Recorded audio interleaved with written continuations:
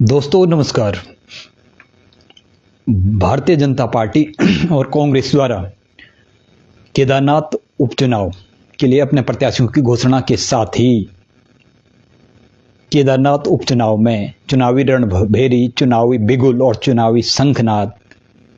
बज चुका है। और इस दंगल में और इस चुनावी रण में कौन किसकी सर बंधेगा जीत का सेहरा, कौन बनेगा सरताज और किसके सर सजेगा ताज, किसकी होगी हार, और इसको लेकर और ये दीपावलियों का भी टाइम है और दीपावलियों के साथ साथ केदारनाथ में भगवान केदार, बाबा केदार के भी कपाट बंद होने की कवायद शुरू होती है भैया दूज के अगले दिन जी। और उसी के साथ सर्दियां भी, सर्द मौसम का भी आगाज होता है, खासकर हिमालयी क्षेत्र में और केदार घाटी, बद्री घाटी में। और इस बढ़ती सर्दी के साथ राजनीतिक माहौल भी अचानक से उबाल पे आ गया है और जो तमाम शंकाओं आशंकाओं का दौर था, अपेक्षाओं का दौर था, तमाम आशंकाओं, अपेक्षाओं, आकांक्षाओं का दौर था, उस पर जो कोहरा और बादल थे वो छटने शुरू हो गए हैं और अब परिदृश्य साफ हो चुका है। और उसमें जो कैंडिडेट्स बीजेपी की तरफ से हैं वो आशा नौटियाल, जैसे कि बहुत सारे लोग पे काफ़ी एक संशय का वातावरण बना हुआ था, तो बीजेपी की तरफ से आशा नौटियाल को जी टिकट दिया गया है और कांग्रेस की तरफ से मनोज रावत को जी। और ये ऐसे चेहरे हैं कि दोनों ही चेहरे जो हैं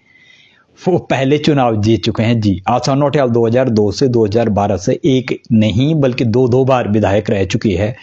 और मनोज रावत जो हैं वो भी 2017 से 2022 तक एक बार विधायक रह चुके हैं, वो भी जबकि मोदी और बीजेपी की लहर अपने चरम पे थी। तो उस समय उन्होंने अपने निकटतम प्रतिद्वंदी मनोज रावत ने 2017 में शैला रानी रावत को जी, जो उस समय कांग्रेस से बीजेपी में चले गई थी। बीजेपी ने आशा नौटियाल के बजाय शैला रानी पे दाव चला था 2017 में, लेकिन आशा नौटियाल के बगावती तेवरों के कारण वो आशा नौटियाल निर्दलीय मैदान में उतर गई थी और चुनावी समर में इस चीज का फायदा मिला मनोज रावत को। और 2017 में वो कम लोकप्रियता के बावजूद और जो कह सकते हैं कि ग्राउंड जीरो पे बहुत ज्यादा सक्रिय न होने के बावजूद वो चुनाव जीत गए थे जी। और कितने वोटों से वो चुनाव जीत गए थे, उन्होंने अपने 2017 में मनोज रावत ने अपने निकटतम प्रतिद्वंदी निर्दलीय जो उम्मीदवार थे कुलदीप सिंह रावत जी, जो काफी चर्चित चेहरा रहा है कुलदीप सिंह रावत वहां पे जन सरोकारों के लिए, और कहते हैं उनको एक नाम दिया गया है गरीबों का सोनू सूद जी। ये क्योंकि गरीबों के मसीहा के रूप में जाने जाते हैं, वो उन्होंने लगभग 300 शादियां वहां पे करवाई हैं निर्धन कन्याओं का। उसके अलावा कोई बीमार है, कोई भी है, उसकी सहायता करने में सांस्कृतिक, सामाजिक, आर्थिक, धार्मिक जो भी कार्यक्रम होते हैं उसमें वो आगे रहे हैं। 2017 में वो दूसरे स्थान पे रहे थे। जब मनोज रावत विजयी हुए थे तो उस समय जो बीजेपी की का था वो काफी नीचे, शैला रानी जी काफी नीचे तीसरे चौथे स्थान पे रही थी। तो 2017 में जो वोट मिले थे कांग्रेस को वो 25.06% थे और जो उस समय निर्दलीय उम्मीदवार कुलदीप सिंह रावत थे जो कि अब बीजेपी में जा चुके हैं और इस बार उनको टिकट नहीं मिला है। और जो दिवंगत विधायक है शैला रानी रावत, उनकी पुत्री जो कि अंतिम समय तक काफी आगे चल रही थी, उनको भी इस बार टिकट नहीं मिला है और इसके भी कई कयास लगाए जा रहे हैं। बीच में अभी जो कहा जा रहा है कि शैला रानी जी के जो दत्तक पुत्र कहा जा रहा था, जिनको जयदीप बर्तवाल, अचानक से उनका 2-3 दिन पहले परिदृश्य में आना और तमाम आरोप प्रत्यारोपों का दौर चलना, शायद ये ऐश्वर्या रावत के लिए अच्छी बात नहीं हुई और कई लोग मान रहे हैं कि उसके कारण भी जयदीप बर्तवाल, जो कि काफी समय से सैलारानी जी के एक सहायक के रूप में, एक जैसे भी वो दत्तक पुत्र कहा जा रहा है, अब इसमें सच्चाई क्या है, लेकिन 2-4 बार हम मिले जब भी वो विधायक थी सैलारानी जी, तो उनके साथ हमें जयदीप बर्तवाल वहाँ पे वो मिले थे और वो कई सालों से उनके मतलब एक क्या कह सकते हैं कि एक छाया या साया बन के उनके साथ एक प्रकार से पुत्र के रूप में हो, जिस रूप में हो, ये एक अलग कहानी है, इस पे हम ज्यादा चर्चा नहीं करेंगे, ये चर्चा का विषय नहीं है जी। तो बात करेंगे 2017 की। उस समय बीजेपी लहर थी, मोदी लहर थी, आशा नौटियाल को टिकट नहीं मिला। कांग्रेस से जो बीजेपी में गई थी आशा नौटियाल, उनको टिकट दिया गया, और बीजेपी से कांग्रेस में जो गई थी, सैलारानी जी रावत, जो कि आपको पता होगा, जिस समय 12 विधायक कांग्रेस के बीजेपी में चले गए थे और फ्लोर टेस्ट हुआ था हरीश रावत जी का, वो हालांकि जीत गए थे, लेकिन बाद में 2017 के चुनाव में चुनावी जो समर था, चुनावी दंगल में उनको हार मिली, और उसके साथ कुलदीप रावत जी को इस दूसरे पायदान पे पहुंच गए थे 2017 में, और उनको 23.459 वोट, यानी बहुत कम अंतरों से, 500-600 वोटों से वो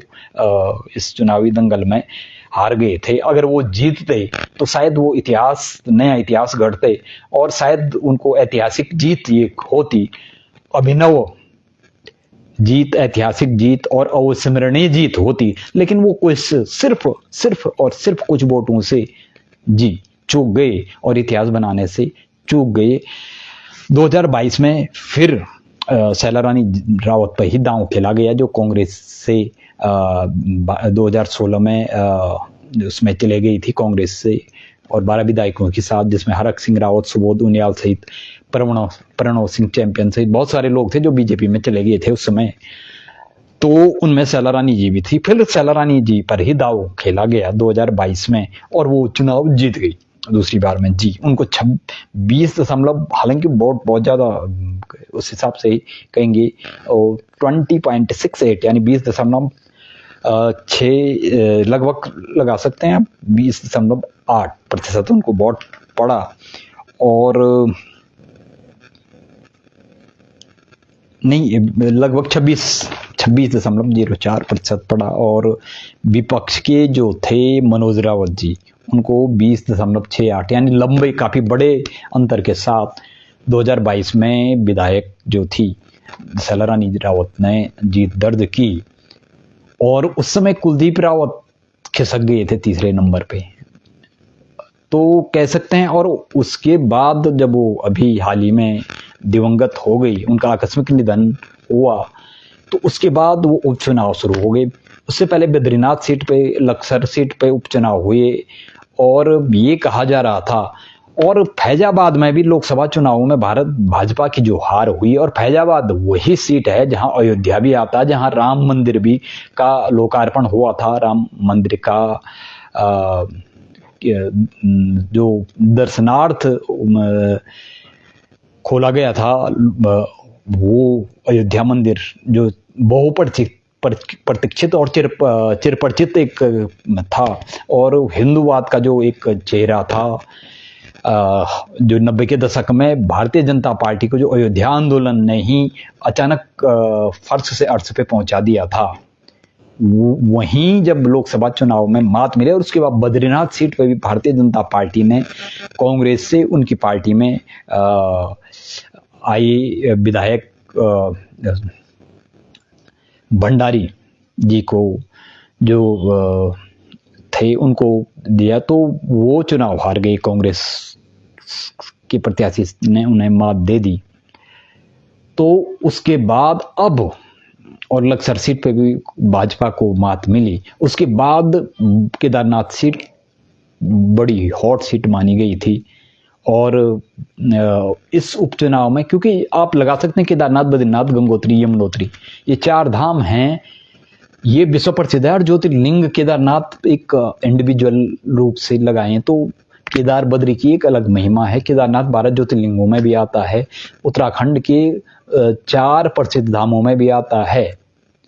और सबसे ऊंचाई पे स्थित ज्योतिर्लिंग भी है केदारनाथ।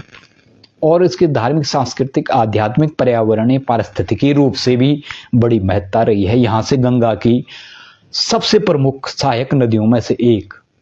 मंदाकिनी जी, सस्य श्यामला सरस नदी मंदाकिनी निकलती है। और बद्रीनाथ का भी बड़ी महत्ता है, वहाँ से अलकनंदा निकलती है, उसकी सहायक नदियाँ निकलती हैं। और ये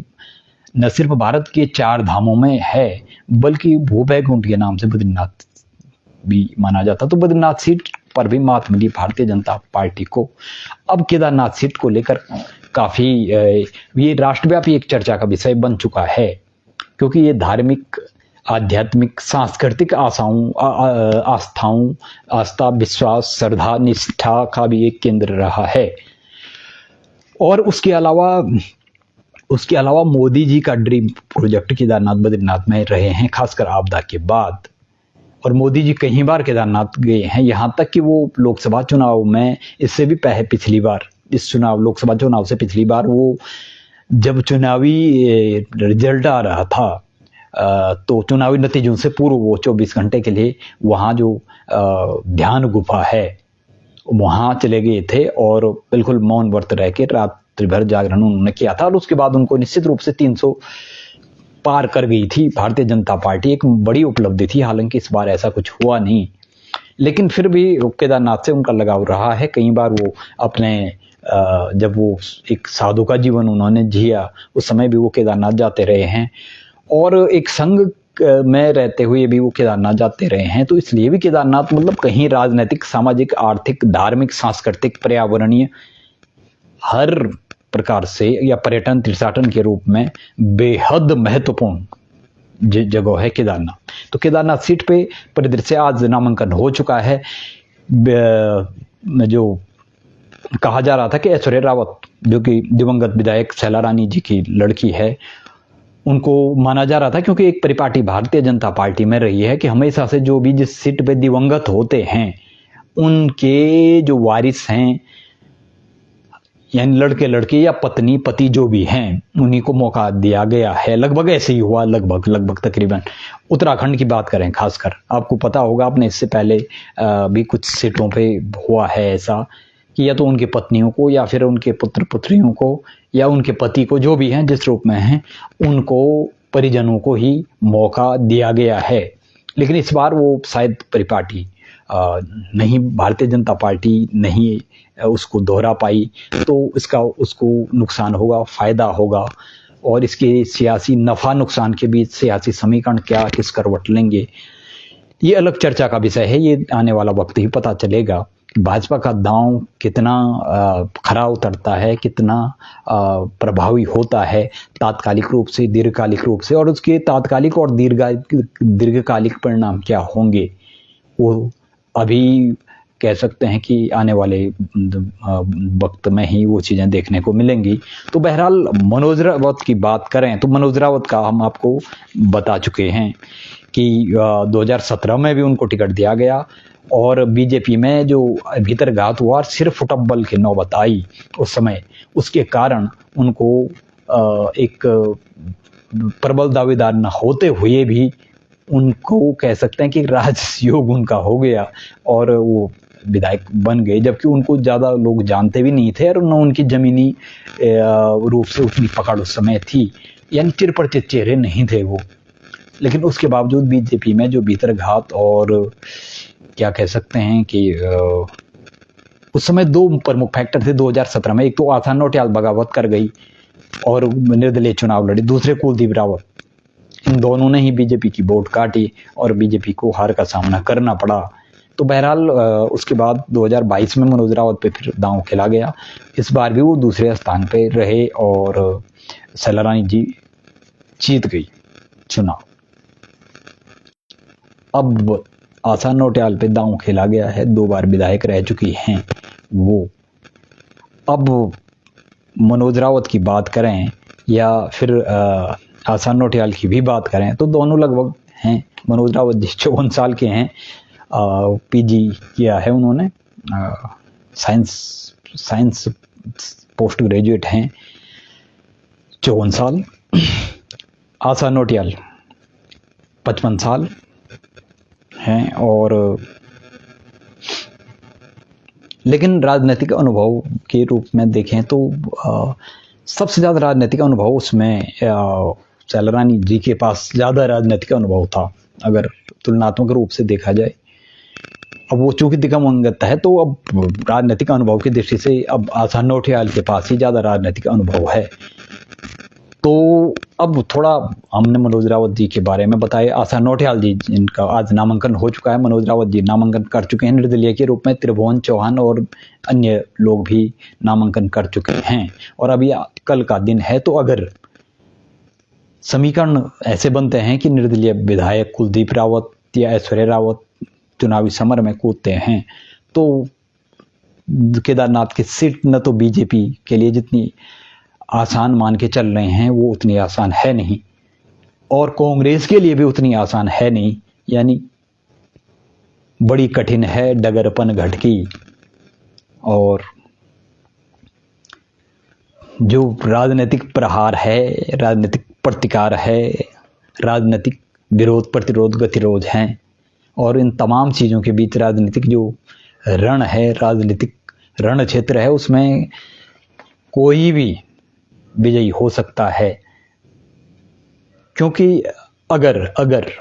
निर्दलीय के रूप में ऐश्वर्या रावत और कुलदीप रावत में से कोई इस चुनावी दंगल में अगर हुंकार भरता है तो मुकाबला बड़ा रोचक, दिलचस्प और ऐतिहासिक भी हो सकता है। तो अब हाँ, अगर नहीं वो करते हैं वो निर्दलीय के रूप में कुलदीप रावत या ऐश्वर्या रावत नहीं कूदते हैं, नहीं नामांकन करते हैं, कल लास्ट दिन है उसका, तो हो सकता है कि उसके बाद मुकाबला भारतीय जनता पार्टी और कांग्रेस के बीच हो, या फिर जो त्रिभुवन चौहान हैं उनको भी कहा जा रहा है कि वो भी पत्रकारिता से राजनीति में आए हैं। अब राजनीतिक जीवन उनका अभी शुरू हुआ है, युवा हैं, जोश है, उत्साह है और समझबूझ भी शायद उनके साथ हैं, लोग भी जुड़े हुए हैं सामाजिक सरोकारों से, तो वो भी कहीं ना कहीं एक युवा चेहरे के रूप में उभर के सामने आए हैं जी। तो देखना ये बाकी होगा कि ये दिलचस्प मुकाबला किस करवट बदलेगा। ये जो मुकाबला है तो आशा नौटियाल का हम थोड़ा राजनीतिक विश्लेषण करेंगे। 1996 में जिला पंचायत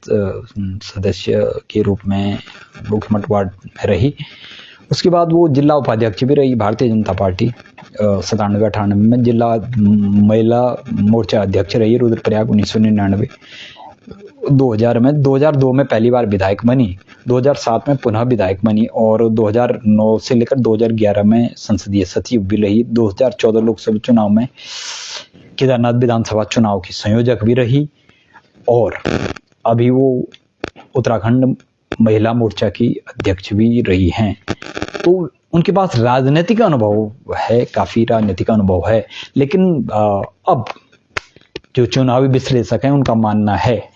कि अगर अब हम उनके राजनीतिक उपयोगिता और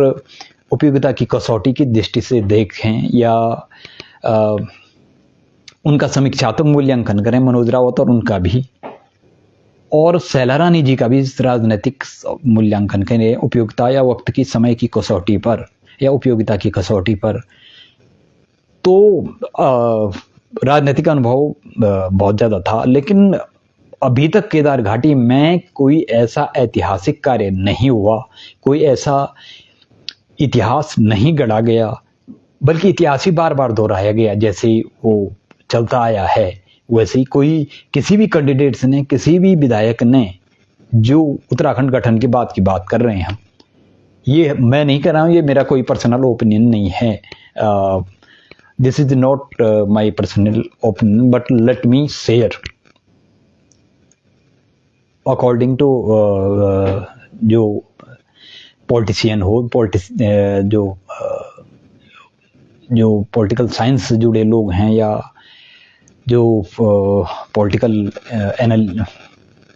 एनालिसिस करते हैं, उनके अनुसार हम बात कर रहे हैं। कोई ऐतिहासिक कार्य नहीं हुआ है जो यादगार हो दीर्घकालिक दूरगामी रूप से जी। चाहे वो बुनियादी ढांचे से जुड़े सड़क, परिवहन जो है वो अब हाईवे है, वो तो भाई यूपीए, एनडीए, अटल बिहारी वाजपेयी के टाइम की है वो, जो NH घोषित किया गया, उस समय खंडूड़ी जी थे, उन्होंने ये सारे काम करवाए थे। केदारनाथ बद्रीनाथ को नेशनल हाईवे घोषित करवाया गया था। उसके बाद वही चीज़ें आगे बढ़ी हैं, वो कोई राज्य सरकार के खाते में उनकी बहुत ज़्यादा उपलब्धियां नहीं जाती हैं। बात करते हैं बुनियादी सेवाओं सुविधाओं के से जुड़े हुए ढांचे और बुनियादी सेवाओं सुविधाओं की गुणवत्ता, यानी प्रोडक्टिविटी, और उनके जो उसको अपग्रेड किया गया, उनकी प्रोग्रेस रही,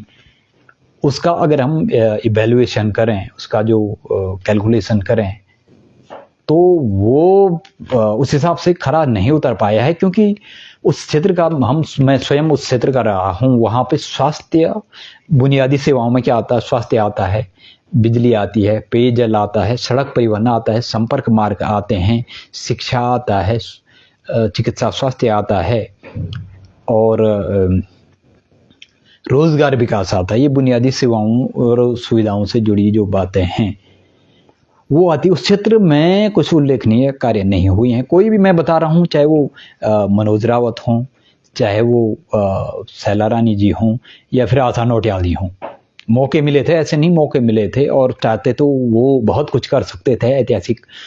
रूप से। हालांकि आशा जो शैला रानी जी हैं वो प्रखर नेता रही हैं, और उन्होंने आवाज़ बड़ी शिद्दत के साथ वो उठाती रही हैं, इसमें कोई दो राय नहीं। आपदा के समय वो वहाँ पे विधायक थी, तो उन्होंने लगातार सक्रियता दिखाई और काफ़ी हद तक वो जनता के साथ खड़ी भी दिखी जो प्रभावित लोग थे। लेकिन दुर्भाग्यपूर्ण स्थिति ये हुई कि उस समय आपदा के लिए जो उन्होंने स्वीकृत भी करवाई करोड़ों अरबों की राशि, हरीश रावत जो उस समय मुख्यमंत्री थे, और हम उसके प्रत्यक्षदर्शी भी रहे हैं कि उन्होंने रात का 12 बजे हो या दिन का 12 बजे हो, उन्होंने हरीश रावत के पास गई, तत्कालीन मुख्यमंत्री के पास, और अपनी बात, रात 12 बजे का समय है तो 12 बजे ही अगर प्रतिनिधिमंडल या जो जन लोग, क्षेत्र के जो प्रभावित लोग हैं या अन्य लोग भी जो उनके पास गए, वो समय तत्पर रही, खड़ी रही, कंधे से कंधे मिला के, और 12 बजे रात या 12 बजे दिन हो, उन्होंने मुख्यमंत्री से बात की ऑन द स्पॉट, जहां पे जिस रूप में वो मिले। इसके प्रत्यक्षदर्शी हम भी रहे, और अच्छी बात ये रही थी, सौभाग्य एक रहा था कि केंद्र सरकार ने बड़ी रकम, करोड़ों अरबों की रकम स्वीकृत की थी। लेकिन दुर्भाग्य इस बात का है कि आपदा में केदारनाथ में सबसे बड़ा घोटाला हुआ। दो गलत बातें हुई। पहली, पूरे उत्तराखंड को आपदा प्रभावित घोषित कर दिया गया, यानी जो ऐतिहासिक उपलब्धि बन सकती थी, दिवंगत विधायक शैला रानी के खाते में दर्ज हो सकती थी, वो आधी अधूरी ही रह गई। उसका कारण ये हुआ, पहली गलत चीज हुई, आपदा आई थी केदारनाथ बद्रीनाथ क्षेत्र में, और आपदा प्रभावित घोषित किया पूरा उत्तराखंड को, जिन क्षेत्रों में, और सब जगह मानक एक जैसे लागू किए गए,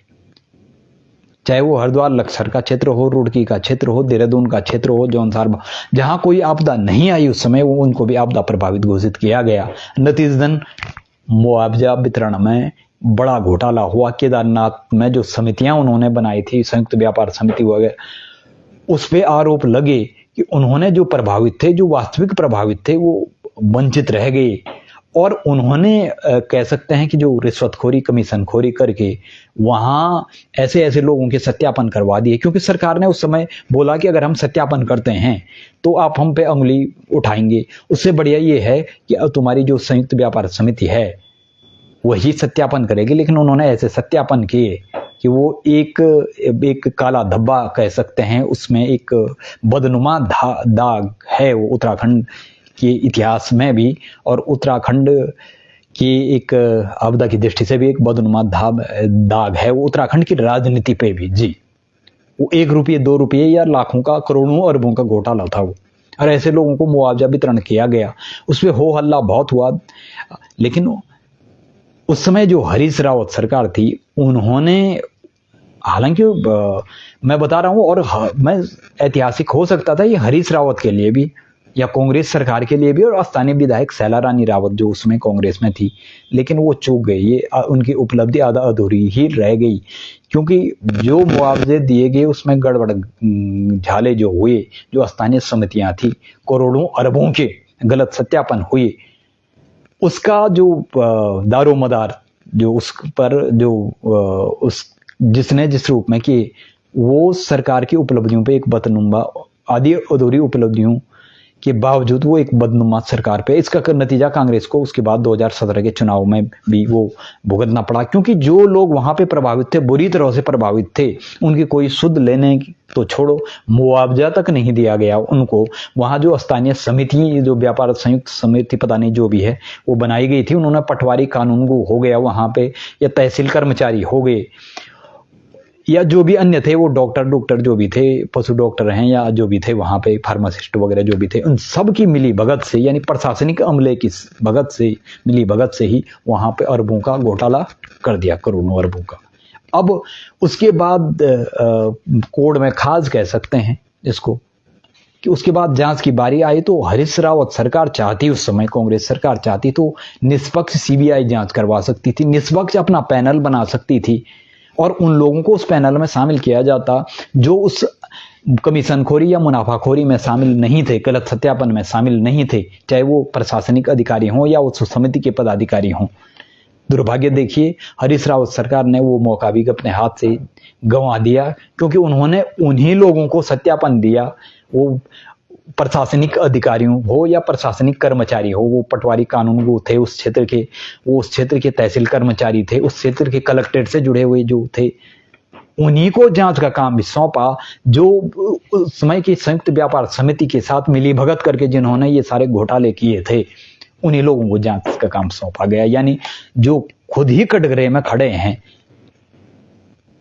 खुद ही संदिग्ध हैं, उन्हीं को जांच, यानी अपनी जांच वो खुद करते। देखो मतलब कितनी अंधेरगर्दी भारत में मची हुई है। वो आपने शेयर मार्केट का भी अभी देखा होगा, आपने जो हिंडनबर्ग की रिपोर्ट आई थी, उससे पहले भी, कि जो सेबी में खुद बैठे हुए हैं और जो खुद आरोपी हैं, उन्हीं को जांच करने का काम सौंपा गया है। और अब क्या कह सकते हैं, ये भ्रष्टाचार की जो वो है, वो भारत में उतनी चरम तक है कि अब दाल में काला नहीं, दाल ही काली हो चुकी है, पानी सर से ऊपर निकल चुका है। लेकिन उसके बावजूद जनता को भी अब जनता जनार्दन भी नहीं रह गई है, जनता अब जनार्दन भी नहीं रह गई है, क्योंकि जनता में न वो आक्रोश है, न वो एक खामोशी है जनता में, या खामोश रहना उसकी आदत बन चुकी है, या उसको खामोश कर दिया गया है मजबूरन। क्योंकि आज जो कुछ थोड़ा मुखर होके बोलता है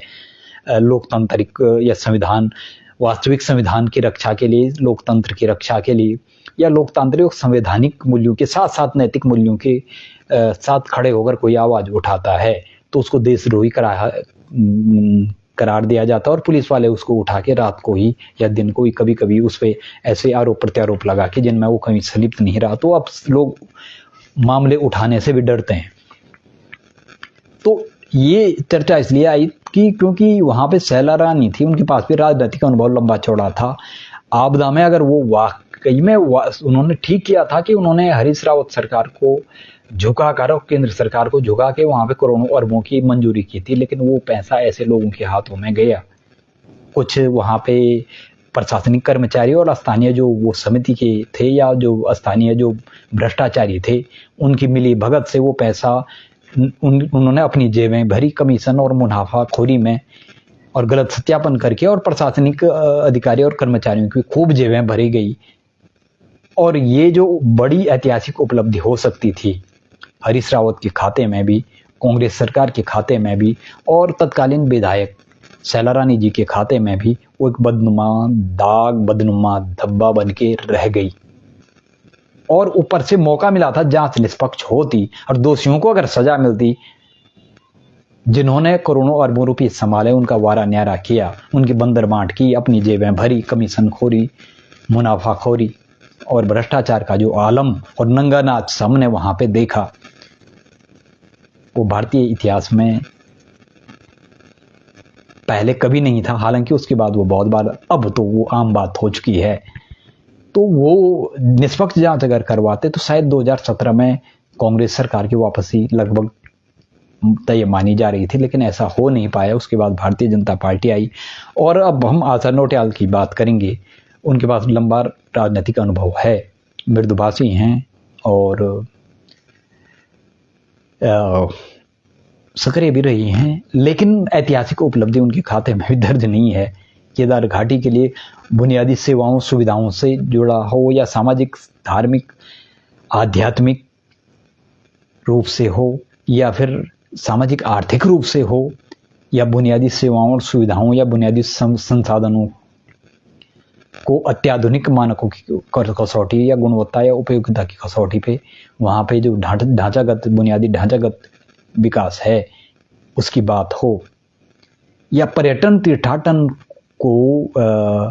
एक स्वस्थ, स्वच्छ और प्रगतिशील पर्यटन तीर्थाटन को बढ़ावा देने की कवायद हो, उसके लिए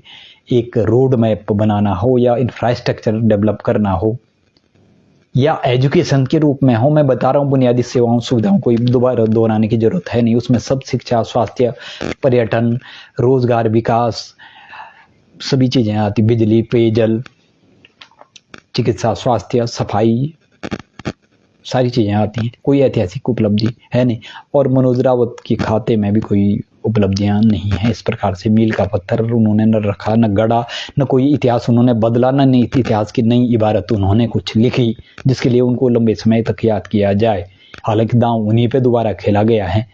और लास्ट तक ये स्थिति थी कि 2022 में जो तत्कालीन विधायक थे मनोज रावत को विधायक निधि ही खर्च नहीं कर पाए थे,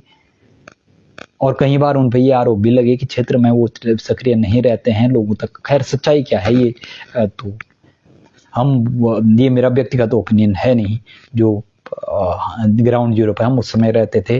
या जो भी राजनीतिक विश्लेषक हैं, सामाजिक कार्यकर्ता हैं, मिलते रहते हैं कभी कभार, सामाजिक विश्लेषक हैं, सामाजिक कार्यकर्ता हैं, वो इन बात को बोलते हैं। लेकिन चूंकि अब दांव खेला गया है तो जाहिर सी बात है फिर एक मौका है, मौके मिलते हैं, जरूर मिलते हैं, फिर एक मौका है कि अभी कुछ दिनों का समय है ही, अपनी तमाम जो भी असफलताएं रही हैं, भूलें रही हैं, जो उनको न दोहराते हुए फिर जन सरोकारों से जुड़ें, जनता के दिल दिमाग पर राज करना है, मनोमस्तिष्क पे छाना है, जनताओं के दिलों में धड़कन बनकर, जनता की धनकड़ बनकर धड़कना है, जनता के साथ कंधे से कंधे, उनके दुख दर्द में कंधे से कंधे मिलाकर खड़ा रहना है। तो अभी भी समय है बाकी जी, वो सब करना पड़ेगा, और बड़ा दिलचस्प मुकाबला होगा वहाँ पे। वैसे हाँ, त्रिभुवन चौहान भी हैं, वो लगातार कुछ दिनों से सक्रिय रहे हैं, और अभी राजनीतिक रूप से उनको काफ़ी अनुभव लेना है, काफ़ी सीखना पड़ेगा राजनीतिक रूप से, जनता से जुड़ने की जो उन्होंने शुरुआत की है। अपेक्षा है उनको हार मिले, जीत मिले, लेकिन उनको सिर्फ इस समय ही नहीं बल्कि अगर एक कद्दावर और खाटी नेता कहते हैं ना, वो बनना है, जैसे महेंद्र टिकैत किसी समय थे, जिस चौधरी चरण सिंह थे, जिनका रसूख ऐसा था कि जब उनके घर में कोई आता था, जब वो सांसद भी रहे, मंत्री भी रहे या नहीं भी रहे, तो कई बार बताते थे कि उन चप्पल या जूता पहनना भी भूल जाते थे और नंगे पांव ही दौड़ जाते थे। ऐसी भी स्थितियां थी। हालांकि आज भारत की राजनीति बहुत बुरे दौर से गुजर रही है, क्योंकि राजनीतिक पार्टियां और राजनेता जैसे कॉरपोरेट कंपनी चलाते हैं ना, जिसमें सिर्फ मुनाफाखोरी, कमीशन खोरी ही सब कुछ रह जाता है। पैसों का सेंट्रलाइजेशन, यानी एक केंद्रीकरण, विकेंद्रीकरण नहीं, शक्ति, संसाधनों और पूंजी का केंद्रीकरण ही उनकी राजनीति रह गई है, जिसे कुत्सित राजनीति कहते हैं। वही उनका राजधर्म रह गया है, और वही उनके कर्तव्य दायित्व रह गए हैं। ये वही उनका आचार विचार, शिष्टाचार और वही उनका राजधर्म रह चुका है। तो वो अब अपने व्यक्तिगत स्वार्थों के लिए और व्यक्तिगत कुत्सित राजनीति के लिए, व्यक्तिगत कुत्सित स्वार्थ के लिए, जिस प्रकार से उन्होंने लोकतंत्र को वोट तंत्र, नोट तंत्र और लूट तंत्र में तब्दील कर दिया है, वो बड़े चौंकाने वाले और चिंताजनक विषय है। कब क्या किस करवट लेगा कुछ कहा नहीं जा सकता है, क्योंकि अंदरूनी राजनीति ऐसी है, खरीद फरोख्त ऐसी है, पैसों का आलम खुला के लिए है कि अब टिकट वितरण के लिए भी पैसे देने पड़ते हैं,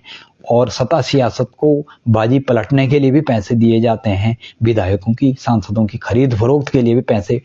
देने से, नोटों का खेल खेलने से किसी को गुरेज नहीं है, किसी को परहेज नहीं है। आप विगत 8-10 सालों में सब कुछ देख चुके हैं,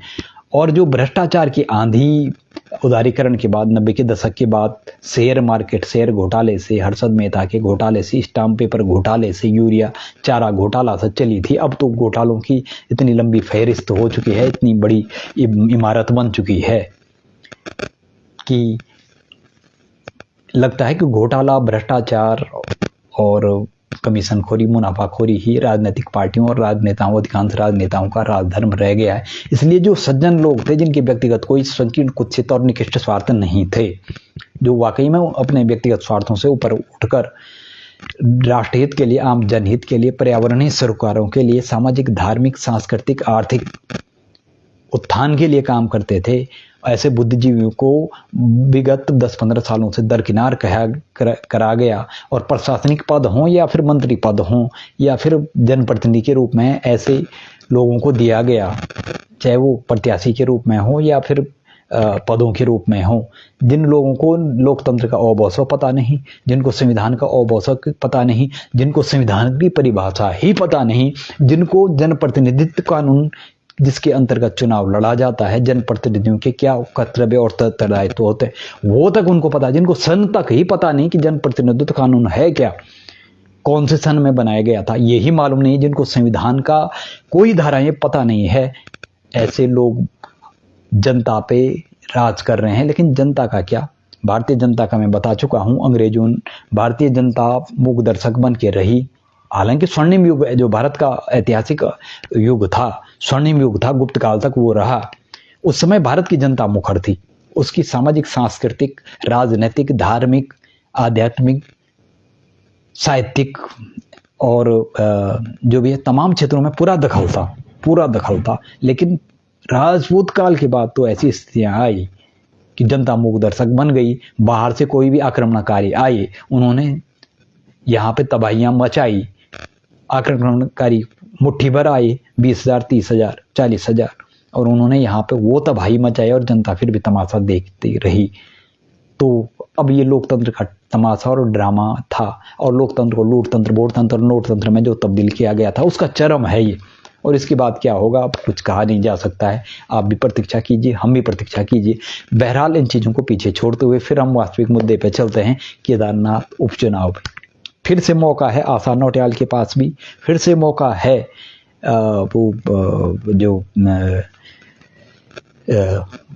रावत हैं वहाँ पे, उनके पास भी मौका है, और मनोज रावत के पास भी मौका है, चाहे त्रिभुवन चौहान है उनके पास भी मौका है। वो सिर्फ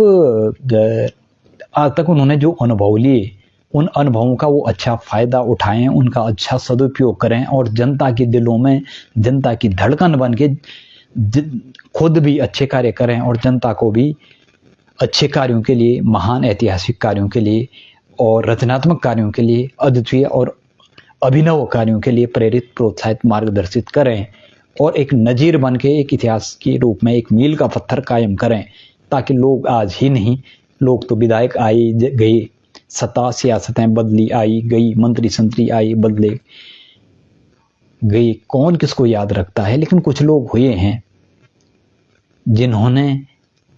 जो गुजर गए, कभी दिवंगत हो गए, लेकिन आज भी उनको लोग याद करते हैं, क्योंकि वो लोगों के दिलों की धड़कन बन के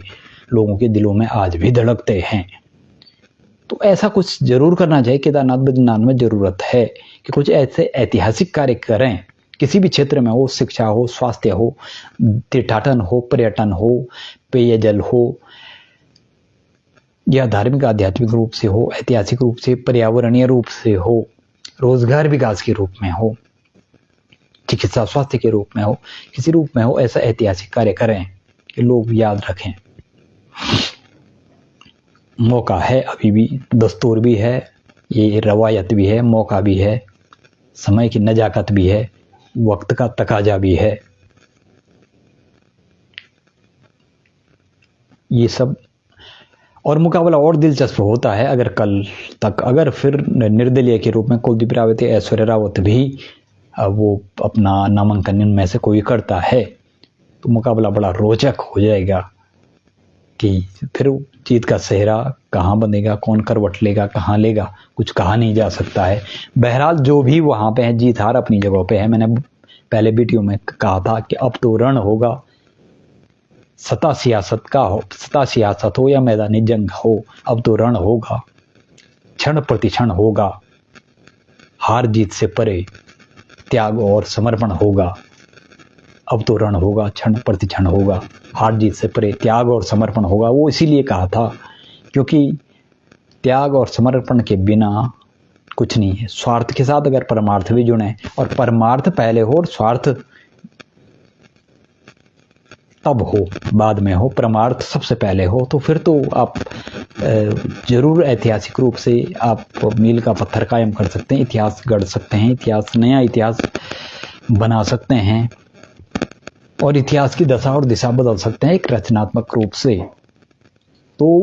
अब ये देखना बाकी होगा कि क्या इन बातों पे जीत हार अपनी जगह पे है, जीत हार से ऊपर उठना पड़ेगा। जो भी प्रत्येक, चाहे वो कोई निर्दलीय वहां लड़ता है, चाहे वो विधायक, जीत हार से परे, जीत हार से ऊपर उठकर जन सरोकारों के लिए काम करेंगे, जनता के दिलों में धड़कन बन के धड़केंगे। और हिमालय की जो नैसर्गिक सुंदरता है, वो हिमालय क्षेत्र की जो प्राकृतिक जैव विविधता है, धार्मिक आध्यात्मिक समृद्धि है,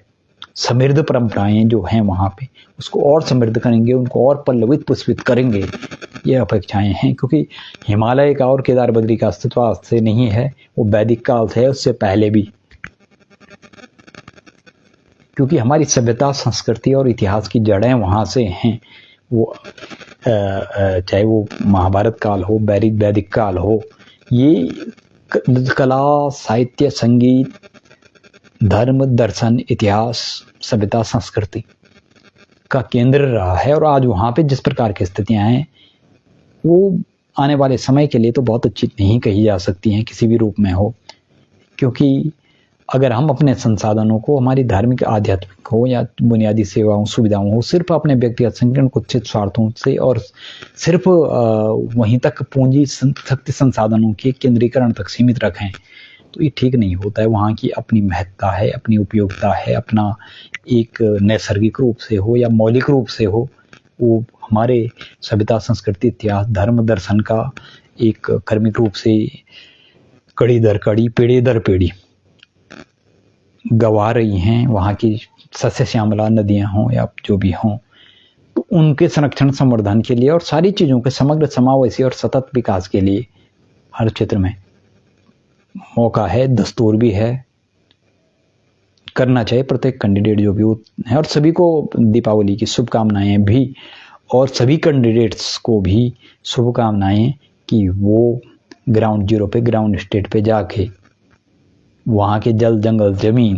प्रकृति, पर्यावरण, धर्म, दर्शन, इतिहास, धार्मिकता, आध्यात्मिकता, तीर्थाटन, पर्यटन, बुनियादी सेवाओं, सुविधाओं, पेयजल, बिजली, सड़क परिवहन, शिक्षा, स्वास्थ्य, रोजगार, विकास, सभी क्षेत्रों के लिए कुछ न कुछ ऐतिहासिक पहल करें, अभिनव पहल करें। और सिर्फ चुनाव लड़ने और चुनाव जीतने पर ही अपना फोकस न करें। तो आप सभी दर्शकों के लिए भी दीपावलियों की परम पावन, पवित्र और पुण्य शुभ अवसर पर ढेर सारी शुभकामनाएं, मंगल कामनाएं आपके जीवन में यह परम पावन, पुण्य और पुनीत पर्व बार बार आए और ढेर सारी खुशियों की सौगात लाए। लेकिन दीपावलियों पे पटाखे, फुलझड़ियाँ और प्रदूषण करने के बजाय अगर आप दीप जलाएं और अपने आंतरिक जो बोलते हैं आत्म दीपो भव, अपनी आत्मा को जगाएं, चेतना को जगाएं और प्रकृति, पर्यावरण के संरक्षण के लिए सिर्फ दीप जलाएं, पटाखे और ऐसे जो प्रदूषण है उसको न करें। इस संदर्भ में अभी ये जो केदारनाथ में अच्छी पहल की गई है, जो केदार सभा के अध्यक्ष हैं राजकुमार तिवारी, उन्होंने कहा है कि यहाँ पे जो भी तीर्थयात्री आए वो यहाँ पे दुनिया भर का पटाखा और प्रदूषण, वो सारी चीजें न जलाएं और सिर्फ दीप जलाएं। ये अच्छी पहल है, ऐसी होनी चाहिए। उन्होंने एक अच्छी पहल की है, उसके लिए हम उनका हार्दिक धन्यवाद करते हैं। क्योंकि हिमालय जैसे संवेदनशील, जो हमारी धार्मिक आस्थाओं से भी जुड़ा है, हमारा धर्म, संस्कृति, धर्म, दर्शन, इतिहास, सभ्यता, संस्कृति का भी एक गवाह रहा है, साक्षी रहा है, अभिन्न हिस्सा रहा है। और साथ में प्रकृति, पर्यावरण के संरक्षण और संवर्धन के लिए भी वो तमाम देश दुनिया में प्रसिद्ध रहा है, जिसके कारण लोग आ रहे हैं उसको देखने, वहाँ की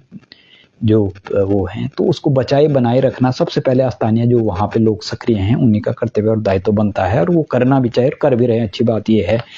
तो बहरहाल जो भी कैंडिडेट्स केदारनाथ विधानसभा उपचुनाव में उठे हैं उनके लिए इन्हीं शब्दों के साथ, हरिवंश राय बच्चन की कुछ पंक्तियों के साथ मैं इस वीडियो एपिसोड को खत्म करना चाहूँगा कि पूर्व चलने के बटोही बाट की पहचान कर ले, पूर्व चलने के बटोही बाट की पहचान कर ले, पुस्तकों में है नहीं छापी गई इसकी कहानी, पुस्तकों में है नहीं छापी गई इसकी कहानी, हाल इसका ज्ञात होता है न औरों की ज़बानी, हाल इसका ज्ञात होता है न औरों की ज़बानी, अनगिनत राही गए इस राह पर उनका पता क्या, पर गए कुछ लोग इस पर छोड़ पैरों की निशानी, ये निशानी मूक होकर भी बहुत कुछ बोलती है, खोल इसका अर्थ पंथी पंथ की पहचान कर ले, खोल इसका अर्थ पंथी पंथ की पहचान कर ले, पूर्व चलने के बटोही बाट की पहचान कर दे, पूर्व चलने के बटोही बाट की पहचान कर ले। जय केदार, जय बद्री विशाल, और दीपावली की हार्दिक शुभकामना के साथ आप सभी लोगों को हमसे जुड़ने के लिए बहुत बहुत शुक्रिया, बहुत बहुत धन्यवाद। एक और वीडियो एपिसोड के साथ आप लोगों के साथ मुखातिब होंगे, और जनता जनार्दन से भी अपील है कि वो अच्छे प्रत्याशी को चुनें और वो अपने नागरिक कर्तव्यों और उत्तरदायित्वों के प्रति, अपने संवैधानिक और लोकतांत्रिक कर्तव्यों उत्तरदायित्वों के प्रति और अपने नैतिक कर्तव्यों और उत्तरदायित्वों के प्रति विवेकपूर्ण फैसला करें। तभी सत्ता सियासत भी बदलेगी, सत्ता सियासत की दशा और दिशा भी बदलेगी, नीति और नियति भी बदलेगी, जनता का विवेक जागेगा, जनता जनार्दन का विवेक जागेगा, जागरूकता जागेगी, और लोकतंत्र जो सत्य, न्याय, समता और निष्पक्षता की दिशा में तभी आगे बढ़ पाएगा। तो बहरहाल सभी प्रत्याशियों के लिए शुभकामनाओं के साथ साथ आप सभी लोगों का एक बार हमसे जुड़ने के लिए बहुत शुक्रिया। नमस्कार।